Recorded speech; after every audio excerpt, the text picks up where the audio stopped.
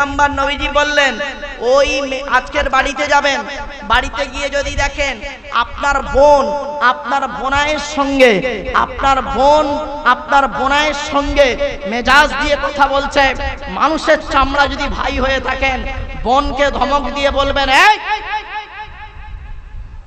স্বামীর সঙ্গে কিভাবে কথা বলতে হয় জানিস না? এই কথা যদি না বলতে পারেন আপনার মতো ভাই হলো জাহান্নামী জাহান্নামী জাহান্নামী। আপনি যত গালে দাড়ি রাখুন আর নামাজ পড়ুন, রোজা রাখুন। আজ বাড়িতে যাবেন, গিয়ে যদি দেখেন আপনার মেয়ে জামাইয়ের সঙ্গে মেজাজ দিয়ে কথা বলছে, মানুষের চামড়া যদি বাপ হয়ে থাকেন আপনি আপনার মেয়েকে ধমক দিয়ে বলবেন, এই স্বামীর সঙ্গে মেজাজ দিয়ে কথা বলছিস কেন?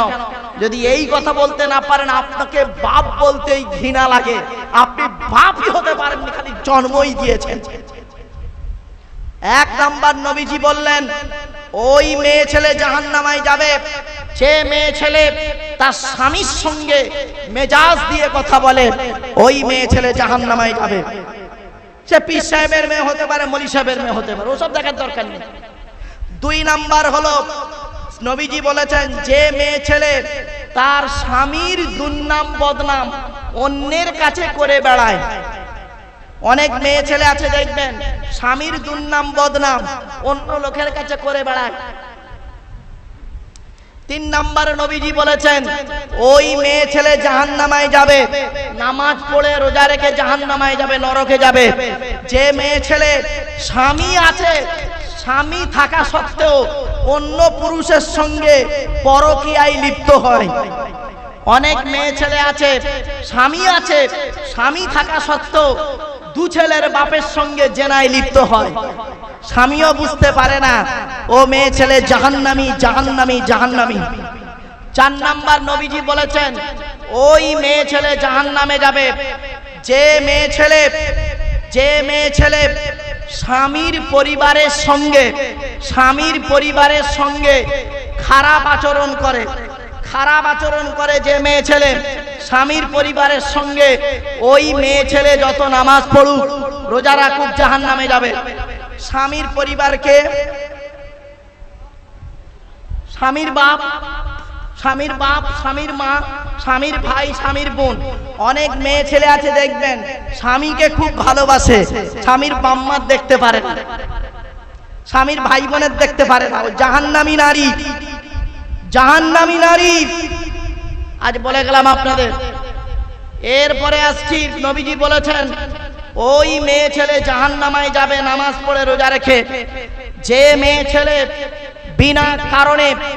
বিনা কারণে স্বামীর বিছানা ছেড়ে দিয়ে অন্য বিছানায় রাত কাটায়। অনেক বুড়ি মেয়ে আছে দেখবেন স্বামীর বয়স 70 বছর, বুড়ির বয়স 65 বছর। 65 বছরের বুড়িটা 70 বছরেও স্বামীর পাশে আর ঘুমায় না।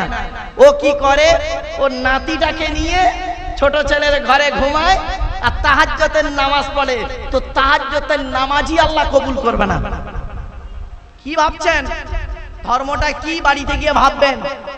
ধর্ম মানে এই নয় যে উল্টো পাল্টা জিনিস। আল্লাহর নবী বলেছেন ওই মেয়ে ছেলে জাহান্নামায় যাবে নামাজ পড়ে রোজা রেখে যে মেয়ে ছেলে বিনা কারণে স্বামীর বিছানা ছেড়ে দিয়ে অন্য বিছানায় রাত কাটাবে।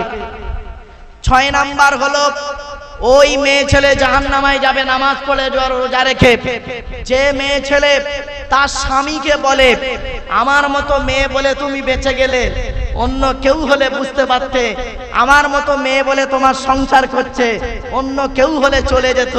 তোমার সঙ্গে বিয়ে হওয়ার আগে আমাকে কত ছেলে দেখতে এসেছিল, আমার বাম্মা ভালো বলে তোমার সঙ্গে বিয়ে দিয়ে জীবন নষ্ট করে দিয়েছে আমার, আমি তোমাকে বিয়ে করে সুখে নেই। ওই মেয়ে ছেলে যত নামাজ পড়ুক রোজা রাখুক জাহান্নামী জাহান্নামী জাহান্নামী। শুনে রেখে দিন, জন্ম মৃত্যু বিবাহ সবই আল্লাহর হাত।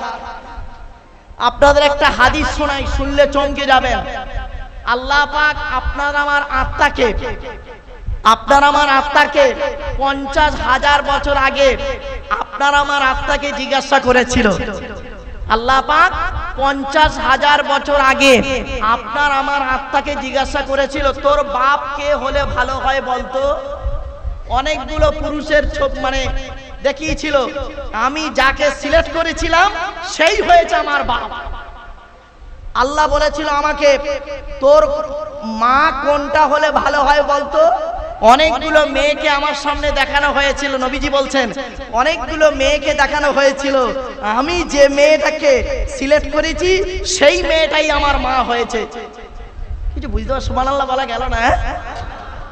এত মারাত্মক একটা হাদিস শুনলেন। আপনার বাপ যে হয়েছে মনে রাখবেন 50,000 বছর আগে আপনি সিলেক্ট করেছেন। আপনার মা যে হয়েছে মনে রাখবেন 50,000 বছর আগে আপনি আপনার মাকে সিলেক্ট করেছেন। এরপরে আমি বলেছিলাম আমার আল্লাহকে, আল্লাহ এই লোকটা আমার বাপ হলে আমি খুশি, এই মেয়েটা আমার মা হলে আমি খুশি। আল্লাহর ফেরেশতারা বলল, আল্লাহ লোকটার বাড়ি তো ডায়মন্ড হারবার আর মেয়েটার বাড়ি হলো ধরুন ক্যানিং। আল্লাহ বলল কোনো কথা শুনতে চাই না, দুজনকে ওই এর মাধ্যমে কি বলে উকিলের মাধ্যমে হোক যে কোনো কারণে দুজনকে এক জায়গায় করে বিয়ে দিয়ে দে। জোরে বলো। তাদের মাধ্যমে আমি পৃথিবীতে এসেছি, আপনিও তাই। মনে রাখবেন খুব মারাত্মক জিনিস। আল্লাহ পাক কোরআনে বলেছেন 5টা জিনিস কারোর বলার ক্ষমতা নেই। সূরা লোকমানের শেষ 5টা আয়াত, ইন্নাল্লাহা ইনদাহু ইলমুস সাআ, কিয়ামত কবে হবে বান্দা কেউ জানে না। ওয়া ইউনাজিলুল গায়স, কোন মেঘে কতটা পানি বর্ষণ হবে কারোর বলার ক্ষমতা নেই। 3 নাম্বার হলো ওয়া ইয়ালামু মা ফিল আরহাম, মায়ের পেটে কি আছে, চোর হবে না ডাকাত হবে, আলেম হবে না হাফেজ হবে, এ বলার ক্ষমতা কারোর নেই।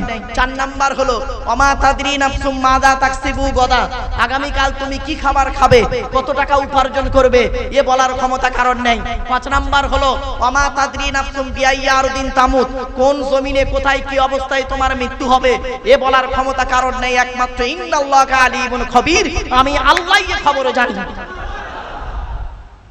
কি ভাবলেন? আর একটা কথা আপনাদের বলি, চমকে যাবেন।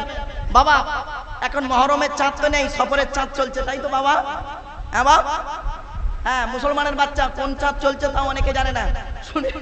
শুনে নিন, আজ একটা ঘটনা বলে যাচ্ছি, আপনাদের চমকে যাবেন। আচ্ছা বাবা, মহরমের চাঁদ যখন উঠেছিল, বক্তারা বেশিরভাগ বক্তা তারা করেছে কি জানেন? খালি একটাই ওয়াজ করেছে খুব বেশি করে। মহরম মাসের 10 তারিখে হুসাইন রাদিয়াল্লাহু তাআলা আনহু কারবালার ময়দানে শহীদ হয়েছে, এই ঘটনাটাকে সুন্দর করে বলেছেন। আর সত্যি করুণ ঘটনা, শুনে রেখে দিন। এই মহরম মাসের 10 তারিখে এই পৃথিবীর শুরু থেকে শেষ পর্যন্ত ওই মহরম মাসের 10 তারিখে আল্লাহ পাক 313টা ঘটনা ঘটাবে। কত বলুন? 313টা ঘটনা ঘটবে। তার মধ্যে 312টা ঘটনা অলরেডি ঘটে গেছে, একটা বাকি আছে, এই পৃথিবী ধ্বংস ওই তারিখে হবে। তার মধ্যে 312 নম্বর ঘটনাটা হলো 680 খ্রিস্টাব্দে। কত আমি তারিখ সাল বলে যাচ্ছি গো বাপ, কবে মরবো জানি না, তবে বাড়ি থেকে ভাববেন 680 খ্রিস্টাব্দে। এটা কত খ্রিস্টাব্দ চলছে? 2025 সাল। আজ তারিখটা কত আছে বাপ? আগস্টের 3 তারিখ। আর 2025 সাল। আর ঘটনাটা ঘটেছিল কবে? 680 খ্রিস্টাব্দে মার্চ মাসের 17 তারিখ। জানুয়ারি ফেব্রুয়ারি মার্চ মাসের 17 তারিখ 680 খ্রিস্টাব্দের শুক্রবার ছিল। আর মহরম মাসের 10 তারিখ ছিল।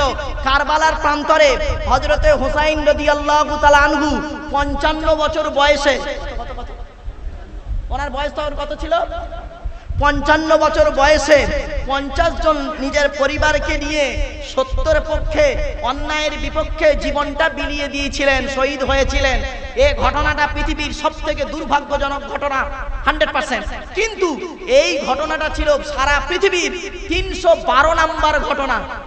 এর আগে, এই ঘটনার আগে পৃথিবীতে 311টা ঘটনা ঘটেছে।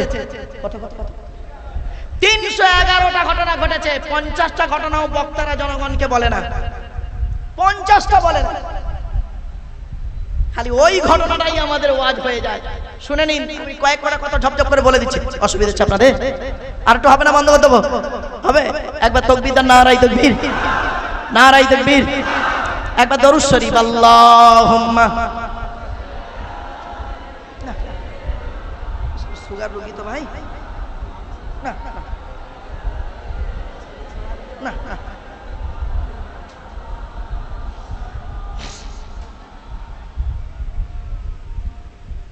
বাবা সুগার রোগী তো একটু ঘেমে যাচ্ছে। যাই হোক শোনেন, 311টা ঘটনা ঘটেছে ওই ঘটনা ঘটার আগে। তা কটা বলবো আপনাদের, শর্ট টাইম দু একটা টপ টপ করে বলি। ওই দিনে আদম আলাইহিস সালামকে আল্লাহ পাক তৈরি করেছিলেন, সুবহানাল্লাহ বলা গেল না? ওই দিনে পৃথিবী সৃষ্টি হয়েছে, ওই দিনে আল্লাহ পাক আদমকে পৃথিবীতে এনেছে, আবার ওই দিনে মা হাওয়াকে তৈরি করেছে। শুধু তাই নয়, মুহররম মাসের 10 তারিখে আদমের সাথে যত সন্তান হতো জোড়া জোড়া, একটা সন্তান হতো বেজোড়, তার নাম হলো শীষ আলাইহিস সালাম। শীষ নবী যেদিন জন্মগ্রহণ করে সেদিন ছিল মুহররম মাসের 10 তারিখ। জোরে বলে। এরকম বাপেরা বহু ঘটনা আছে, 311টা ঘটনা ঘটেছে ওই মুহররম মাসের 10 তারিখে। আর আমরা সেই 311টা ঘটনার 50টাও না বলি না লোককে, একটা ঘটনা এই লোককে শুধু শোনাই। কি 680 খ্রিস্টাব্দে মার্চ মাসের 17 তারিখ শুক্রবার মুহররম মাসের 10 তারিখ কারবালার প্রান্তরে হযরত হুসাইন রাদিয়াল্লাহু তাআলা আনহু শহীদ হয়েছিলেন। আমার বাপেরা কথাগুলো একটু মাথায় রাখুন, বুঝতে ভুল বুঝবেন না, বাস্তবটা সব জিনিস একটু জানার প্রয়োজন আছে। চলুন, আপনারা এসেছেন কিছু শেখার জন্য, জানার জন্য। অনুরোধ করে আপনাদের বলে যাচ্ছি, নামাজ কারোর জন্য মাপ নাই। আমি একবারও নামাজের কথা বলিনি। অনেকে হয়তো বলে হুজুর একটু নামাজের কথা বলুন। শোনেন বাবা, নামাজ আপনাকে পড়তেই হবে। আপনি কি জানেন ইমানের গুরুত্ব আগে? ঠিক না বেঠিক? তোর ইমানটাই নেই, তোর নামাজ কবুল হবে না। ইমানটা কি শুনে নাকি? তাসদিক বিল কলব, ইকরার বিল লিসান, আমাল বিল আরকান, ইউকালু লাহুল ঈমান। মুখে বলা, অন্তরে বিশ্বাস করা, কাজে পরিণত করে দেখিয়ে দেওয়ার নাম হলো ঈমান। এত সহজ ভাবলেন ঈমানটাকে? ঈমানের 70টা ভাগ, 70টা ভাগ আছে ঈমানের। আর নামাজ তো 5 ওয়াক্ত, ফজর, জোহর, আসর, মাগরিব, এশা। 70টা ভাগ আছে ঈমানের। কোরআনে আছে 250 রকমের হারাম। কত কত কত? কোরআনে আছে 250 রকমের হারাম, 250 রকমের হালাল। কটা হারাম হালাল জানেন? খালি সুদ খা, মদ খা, ঘুষ খা, বিয়ের পণ নেওয়া, নারী নির্যাতন করা, জমি ডাল চুরি করা, হুক মেরে কারেন্ট নেওয়া, তারপরেই শেষ। ছোট্ট একটা উদাহরণ দিচ্ছি, রেগে যাবেন না কেউ, বলে দিচ্ছি। বাবা আমি ক্ষমা চেয়ে নিচ্ছি, কেউ রেগে যাবেন না আমার উপরে। আচ্ছা, আপনাদের এই বোদরা গ্রামে জুম্মা মসজিদ আছে? ভাই বলুন না। আচ্ছা, জুম্মার দিনে ওই বোদরা জুম্মা মসজিদে জুম্মার দিনে যদি কোনো মুসলিম যুবক ছেলে সাদা পায়জামা, পাঞ্জাবি, সাদা টুপি পরে মসজিদে গিয়েছে জুম্মার নামাজ পড়তে, প্রচুর পরিমাণ বাংলা মদ খেয়ে, কি মদ? বাংলা মদ খেয়েছে, প্রচুর খেয়ে মসজিদে উঠেছে জুম্মার নামাজ পড়তে, আপনারা সর্বপ্রথম তাকে কি করবেন? বের করে দেবেন। ছেলেটি বের হতে না চাইলে মেরে বের করে দেবেন। ছেলেটির অপরাধ, মদ খেয়েছে, মদ হারাম জিনিস, মসজিদ পবিত্র স্থান, তাই বের করে দিলেন। বের হতে চাইলো না, মেরে বের করে দিলেন। হা বাবা, বোদরার মানুষ মদখোরকে মসজিদ থেকে মেরে বের করে দিলে, আর সুদখোরটাকে মসজিদের সেক্রেটারি বানিয়ে দিলে। বাহ, কি আজীব ধর্ম! মদখোরটাকে মেরে বের করে দিলে, আর জমির আল চুরি করেছে, মানে হক মেরে খেয়েছে, পাপ করে করে শেষ করেছে, বাপের হক আদায় করে না, মার হক আদায় করে না, ভাই বোনের ফারাই যে অংশ দেয় না, তাকে মসজিদের সেক্রেটারি বানিয়ে দিলে বুঝি। চলুন, আমরা এমন মানুষ না, আমরা এমন মানুষ, রাগ করবেন না কেউ, আমরা এমন মানুষ 100 টাকার চোরকে গাছে বেঁধে মারি, 100 টাকার চোরকে গাছে বেঁধে মারি, 1000 কোটি টাকার চোরকে স্টেজে তুলে ফুলের তোড়া দিয়ে সংবর্ধনা জানাই। আমরা এমন মানুষ, আমরা এমন মানুষ না। দুধওয়ালাকে বলি দুধে পানি দিসনি তো, আর মদে পানি ঢেলে খায়। আমরা এমন মানুষ না, দুধওয়ালা লোকের বাড়ি বাড়ি যায়,